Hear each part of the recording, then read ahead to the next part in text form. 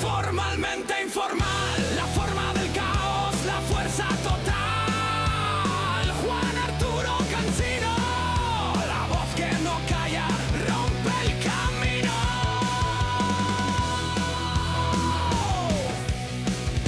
Bienvenidos al show.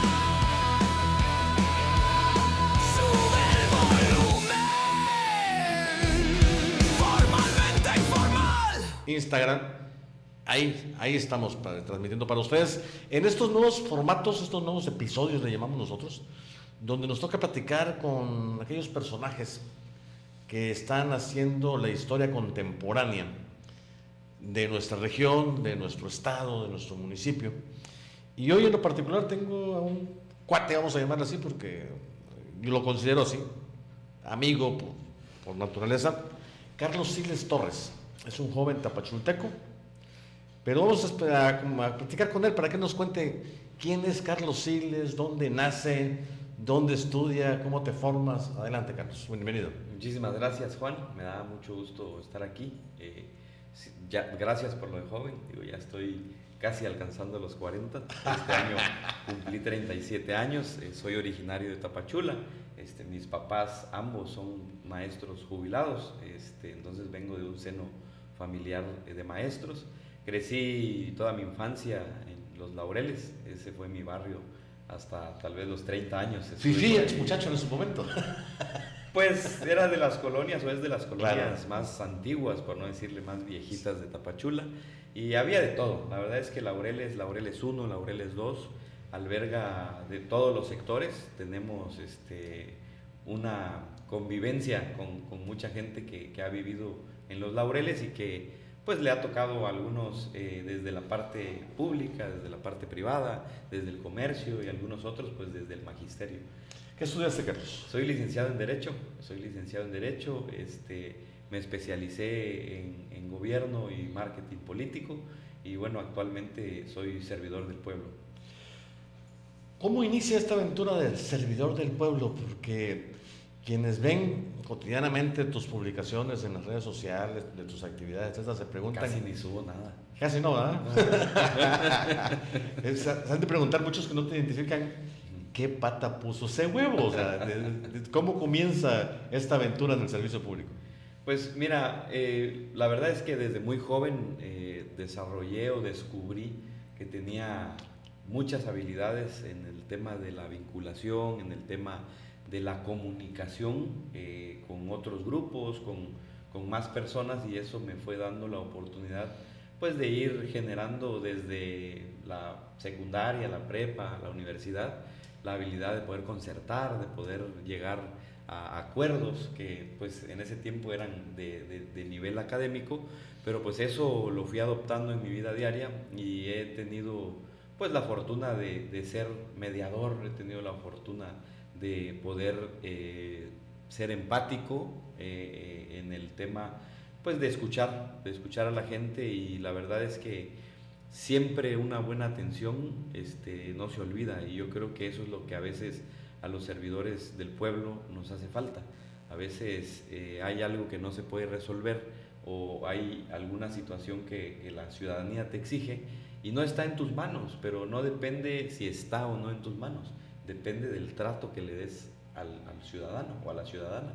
A veces somos un poco duros al responder, a veces somos un poco o muy empáticos, y eso genera pues buena aceptación con la ciudadanía.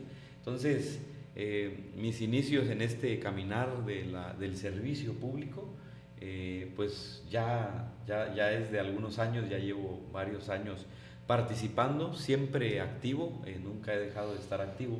Me ha tocado estar dentro, me ha tocado estar fuera del esquema público, pero siempre mantengo la comunicación y, como tú lo decías, siempre genero un vínculo de amistad o de camaradería o de respeto con la ciudadanía. Entonces eso me ha permitido seguir en lo que me apasiona, que realmente pues hago servicio público o trabajo en el servicio público, no por una cuestión de índole económica, sino por pasión. Realmente si yo no estuviera en este lugar o si no hiciera lo que hago, no sé dónde estuviera, pero no sé si lo disfrutaría tanto como disfruto mi trabajo. Hace meses atrás, casi 2 años por lo menos, estabas caminando el Distrito 12, municipios de Tapachula hacia Suchiate, Unión Juárez, en búsqueda del voto de confianza que te pudiera catapultar como diputado federal. Los resultados los conocemos, no vamos a hablar de eso, pero sí vamos a hablar de ese conocimiento, bueno, dada tu edad y tu experiencia ya en estos temas, ese aprendizaje que como esponja seguramente recogiste de todos estos municipios, de las necesidades, de las peticiones de todos los ciudadanos que conforman este distrito, que te ha dado también muchas herramientas para la función que hoy desempeñas, ¿no? Totalmente, digo, no es un tema del que no me guste hablar, el tema de los resultados que, como bien lo decía, se conocen. Para mí fue gratificante, fue una elección atípica, era una elección pues de cambio de gobierno. Me tocó encabezar una candidatura a la Diputación Federal por el Partido Verde, con conocimiento de que nos enfrentábamos a una franquicia o a un partido político de poder, del poder en turno, con todas las herramientas, facilidades, instrumentos, estructura, recursos humanos, recursos económicos, políticos, pero realmente mi participación no estaba basada en un capricho de querer obtener un encargo político, sino que estaba en el deseo de querer participar y conocer cuál era realmente la habilidad o el resultado de su servidor, de Carlos Siles. Entonces, en ese sentido, tuvimos 36,000, 37,000 votos en esa contienda, que realmente para mí fue sorprendente, porque hicimos una campaña... ¿No te lo esperabas de esa magnitud? Mucha austeridad. Mi expectativa estaba por debajo de esa cantidad de votos. Sin embargo, hubo un buen resultado. Creo que parte de ese resultado pues fue la cercanía que mantengo con ciertos grupos, con ciertos sectores, y que realmente mi forma de ser nunca ha cambiado con la gente. O sea, nunca, desde donde esté y sea amigo de quien sea, siempre mantengo la esencia de la comunicación, y la comunicación no cambia entre la gente que me rodeo o que me rodea. Y por eso es que a mí me da mucho orgullo hablar de esa elección, porque pues una elección no define a una persona o no define a un proyecto, sino la resiliencia, la experiencia, el aprendizaje que hay en esos procesos. Y hoy me siento muchísimo más seguro, me siento muchísimo más capacitado, con mayor presencia, porque efectivamente no he dejado de caminar estos lugares en donde fui bien recibido, y también algunos donde no tuve la oportunidad de llegar. Hoy estoy llegando a ellos con una propuesta de trabajo. No estoy llegando en una cuestión electorera, no estoy en un proselitismo, no estoy en una etapa de promoción de mi persona, ni de voto, ni de un partido político, sino que hasta el día de hoy las tareas que mencionabas, que vemos en redes sociales, pues son las actividades propias de la subsecretaría que hoy tengo la oportunidad de coordinar. Gracias a la visión del gobernador, pues estoy haciendo un recorrido y estoy haciendo una estrategia de recuperación del tejido social. Y esta recuperación de tejido social pues es buscar la articulación entre la iniciativa privada, la academia, la ciudadanía y el sector público. O sea, ya no es una triple hélice, es una cuádruple hélice, porque el gobierno años atrás había estado caminando en un sentido, y la necesidad de la ciudadanía o el deseo del pueblo hacia otro. Entonces, cada vez la brecha o el distanciamiento entre gobierno y ciudadanos pues se hacía más profunda o más extensa. Hoy, con un elemento intermediario o de mediación o de vinculación, que es esta instrucción que el gobernador nos ha nos ha instruido de poder vincular y de poder unificar, o que gobierno signifique realmente un ente de vinculación. Y hoy estamos trabajando muy de cerca con la iniciativa privada, muy de cerca con la academia, y por supuesto que eso se traduce con actividades que son dirigidas hacia los ciudadanos de Frontera Sur. En este caso, pues tuve la oportunidad de ser candidato a diputado federal por el distrito 12, que es los municipios o parte de los municipios que forman a la Frontera Sur, y hoy me toca pues ser subsecretario de seguimiento y desarrollo socioeconómico de la Frontera Sur, y eso me da otro elemento y me da otra oportunidad de poder visitar al sector social o al sector ciudadano, pero con propuestas de trabajo que puedan significar detonante o mejora de bienestar para las familias de la Frontera Sur. Carlos, la Secretaría de la Frontera Sur, que fue obviamente reinstaurada por el gobierno de Eduardo Ramírez Aguilar, tiene una función específica, una función de la que muchos conocemos, pues que se trata de darle a esta región, particularmente a Tapachula, que es el centro de cabecera distrital y la capital económica de Chiapas, y de Centroamérica. De Centroamérica, que para eso está trabajando, para llegar a eso, ¿no? Para lograr ese objetivo que es complicado. Complicado no porque no tengamos la manera de hacerlo, o sea, tenemos puerto, tenemos aeropuerto, y próximamente ya el tren, sistema carretero, obviamente atractivos turísticos, hay de todo para creérnosla. Sin embargo, en las últimas administraciones como que nos han jugado ahí el dedo, ¿no?, en la boca, ¿no? Que primero las zonas económicas especiales, luego en la otra administración la desaparecieron y crearon otro modelo. Hoy hay una continuidad de este modelo y obviamente hay una apuesta del gobierno del estado para consolidarlo, y eso es parte de lo que ustedes hacen en la Secretaría de la Frontera Sur. ¿Qué hacer primero para quitarnos aquel mal sabor de boca de ese dedito con miel? Y segundo, para creer que los ciudadanos de a pie, el común y corriente, las masas sociales, como le podemos llamar, se la crean y digamos, sí podemos, sí se va a hacer. Bueno, es importante mencionar que inclusive quienes habíamos participado o hemos participado en el servicio público, pues ya habíamos escuchado anteriormente la propuesta, ¿no?, de poder crear estos nodos de desarrollo económico o de desarrollo industrial, pero hacía falta una parte muy importante, que era el tema de la materialización de la infraestructura. Entonces no podíamos hablar de desarrollo económico de la Frontera Sur o del puerto si no contábamos con la infraestructura que complementa, o los servicios auxiliares que complementan esta actividad industrial o esta actividad económica, comercial.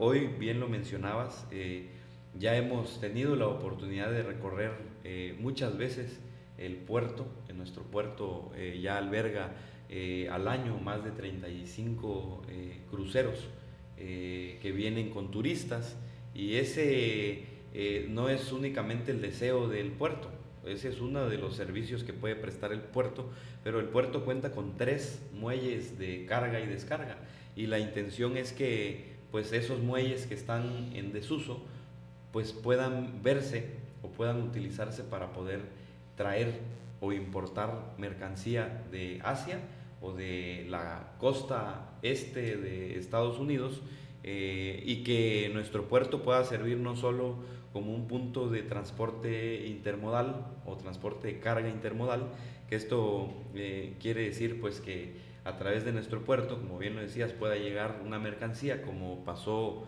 el año pasado y este año, que ya hubo el arribo de un barco con 20,000 toneladas de acero, que ya hubo la llegada de fertilizantes a través de nuestro puerto, la llegada de balasto, que es esta piedra color blanca que vemos que va sobre las vías férreas, es una piedra que también está entrando por el puerto, y otros productos, han entrado graneles, ha entrado azúcar, ha entrado maíz, a través del puerto también exportamos banano, exportamos café. Entonces esta actividad que el puerto de Chiapas o el puerto Chiapas, antes llamado, como lo llamamos también aquí nosotros en la región, o los tapacholtecos, Puerto Madero anteriormente, que por cuestión de ubicación marítima, el nombre ahora es Puerto Chiapas, porque pues a la hora de que los barcos vienen navegando, pues lo primero que identifican es el estado de Chiapas y después ubican el puerto. Entonces es una cuestión únicamente por temas de ubicación marítima, pero este puerto que por su propia naturaleza, no de ahorita, sino desde hace 100 años ha recibido carga a través del puerto, pues hoy la Presidenta de la República impulsa la estrategia de polos de desarrollo para el bienestar, que también ha sufrido algunos ajustes, ha sufrido algunos cambios en sus reglas de operación, y eso se ha estado adaptando a la necesidad de ahora sí, como decimos, al traje a la medida de lo que realmente está buscando importar y exportar el puerto.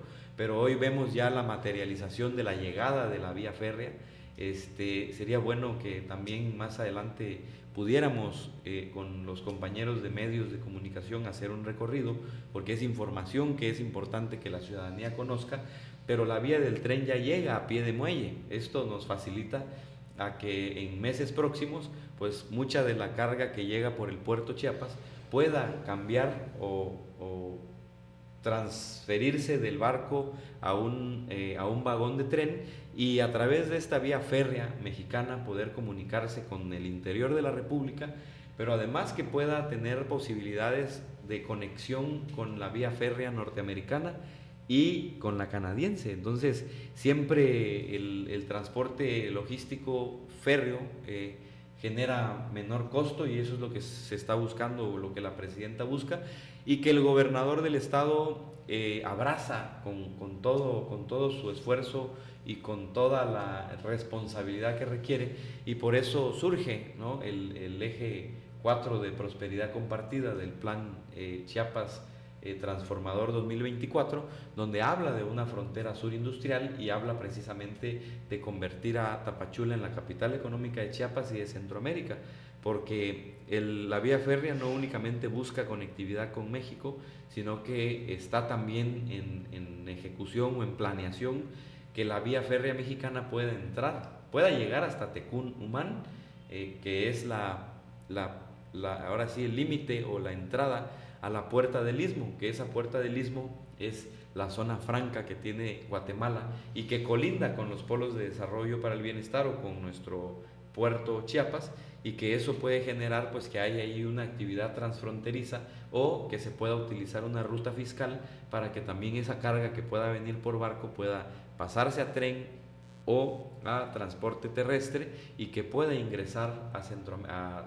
Guatemala y a Centroamérica. Ese es uno de de las virtudes que tiene nuestra frontera sur, que tiene nuestro puerto, y además el tema de poder considerar también que podamos tener, que también hemos estado en varias reuniones con el administrador del aeropuerto de Tapachula, para que exista una terminal de carga y que también el transporte aéreo sea una oportunidad para la gente que produce materia prima, pero que además con esta visión de la presidenta Claudia y del gobernador del estado, Eduardo Ramírez, pues se está buscando que más chiapanecos, más tapachultecos y gente que vive en la frontera sur se anime o dé el paso a transformación de su materia prima. ¿Por qué? Porque queremos que el valor agregado de la transformación o de la industrialización de la materia prima pues sea una derrama económica que se quede aquí en la región. Entonces hay muchas cosas que nuestro puerto alberga, y que hoy tenemos que hacer este trabajo no individualista, sino de suma de esfuerzos con dependencias federales, con el corredor interoceánico del Istmo de Tehuantepec, con la CIPONA, con la Secretaría de Economía, con la Secretaría del Campo y con otros, con la ANAM, con la Agencia Nacional de Aduanas de México, con el SAT y con muchas dependencias de México, pero también con muchas dependencias de Guatemala, porque precisamente lo que se está buscando es que haya un marco normativo que esté armonizado en esta zona transfronteriza, para que la comunicación o el transporte entre ambos países no sea una barrera de comunicación, o no sea una barrera que impida que esta actividad económica se desarrolle.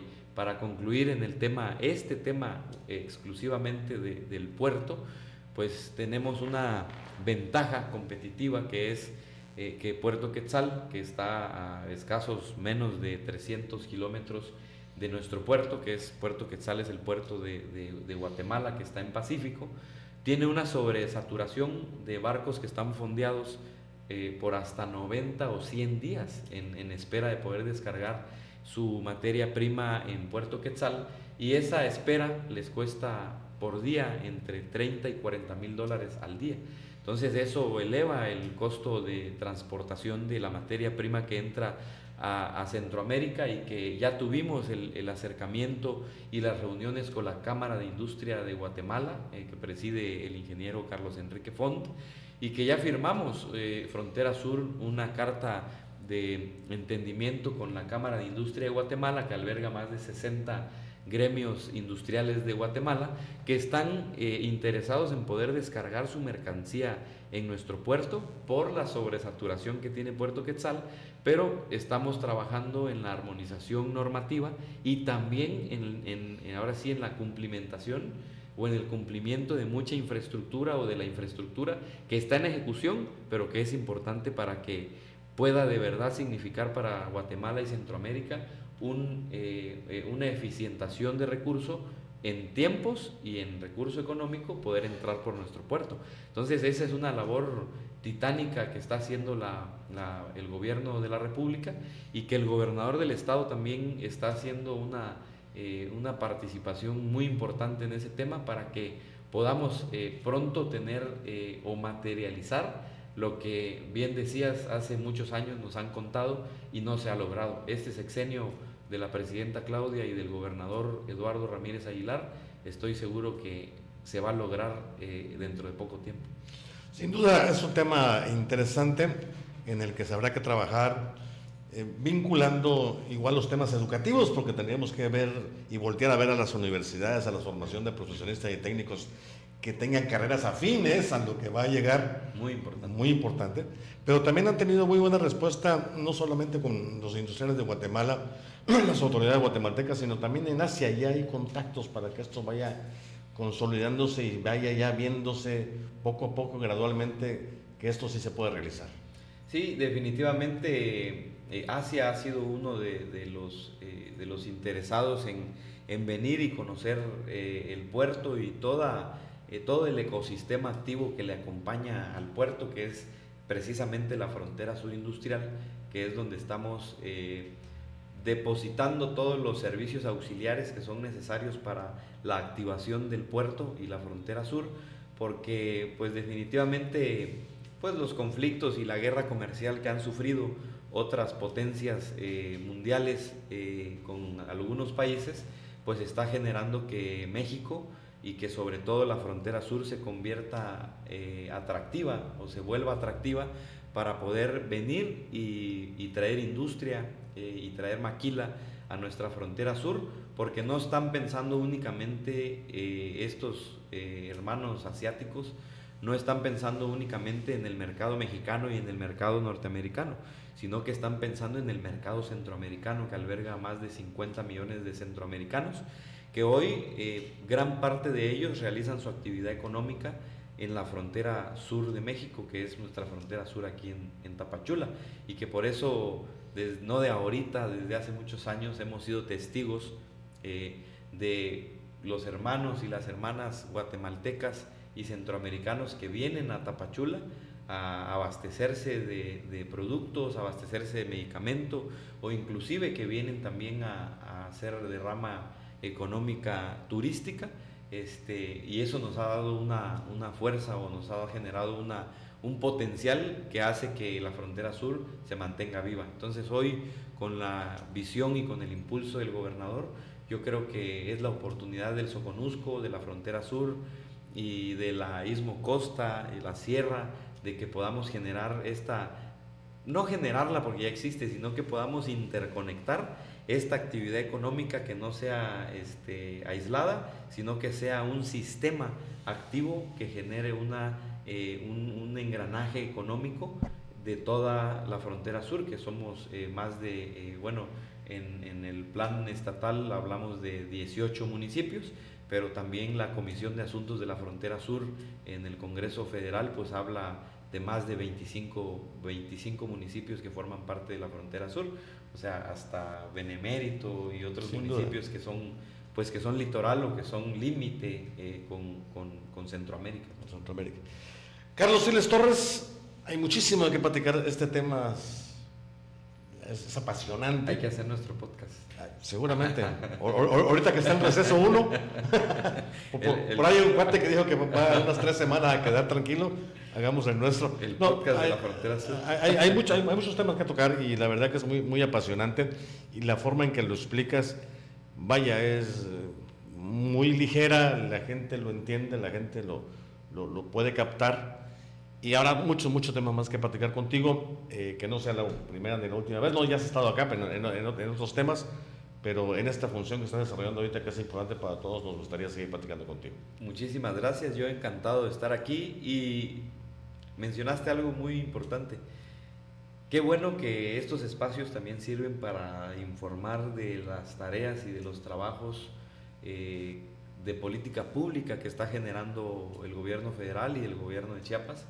Yo pienso que también la ciudadanía no solo quiere ver candidatas o candidatos, sino que la ciudadanía también quiere saber qué están haciendo sus funcionarios, qué están haciendo sus servidores públicos, y yo creo que esa es una labor que el periodismo tiene que informar y que tiene que hacerle conocer, porque esta información puede servir para que mucha ciudadanía pueda ir pensando también en cómo subirnos a este tren de la Frontera Sur, pero desde un enfoque de desarrollo económico. Yo pienso que es importante que volvamos a tener comunicación, necesitamos que volvamos a hablar el mismo lenguaje gobierno y ciudadanía, y eso lo puede hacer el tema de Frontera Sur Industrial, y por supuesto con la participación o el involucramiento de la academia, para que estos proyectos no se queden solo en proyectos transeccionales, o no se queden solo en proyectos de grupos políticos, sino que sea una actividad que pueda adoptar la academia, que pueda adoptar la clase estudiantil, los profesionistas, los colegios, las cámaras, las asociaciones, y que Frontera Sur, el día que ya no nos toque estar al frente de esta institución, pues que el tema de Frontera Sur Industrial siga caminando, porque creo que es un trabajo de mucho estudio, de mucho análisis y de verdad que de mucho compromiso que hoy el gobernador de Chiapas está impulsando, el Soconusco, la Frontera Sur, y también los ciudadanos tenemos que hacer nuestra parte. Que así sea. Carlos Siles Torres, hasta el próximo. Otros 20 minutos. Gracias, Juan. Saludos a todos y a todas. Eso es todo, amigos. ¡Ya valió madre!